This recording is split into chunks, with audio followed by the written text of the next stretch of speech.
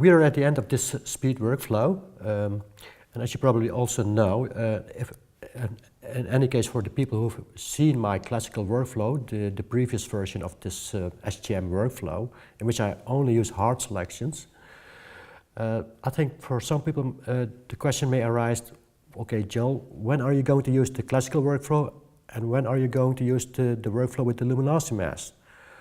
Well, at this moment I would say I would prefer to use a combination of those two workflows, meaning I would still create a lot of hard selections, especially in my architecture images, but at the same time I would also use a lot of luminosity mask selection and try to combine those two in a very clever way.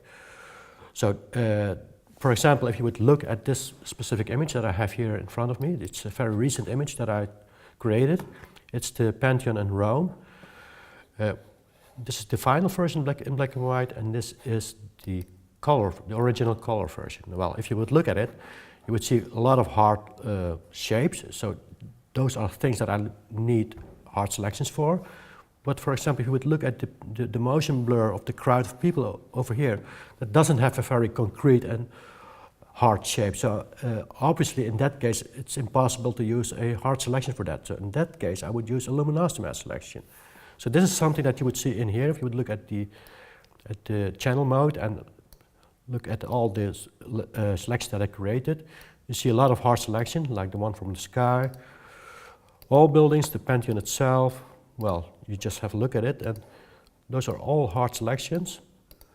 And I created a lot of luminosity mask selections as well, as you can see here. The light luminosity mask selections up to L6, the dark ones, and the medium, the mid-grade tone ones.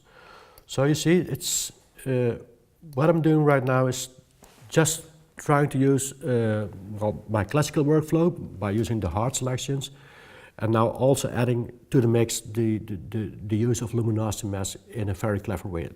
And that all because I just want to create something that I have complete control over shape and also complete control over light. And this is the way to do it, using hard selections and luminosity mask selection all together.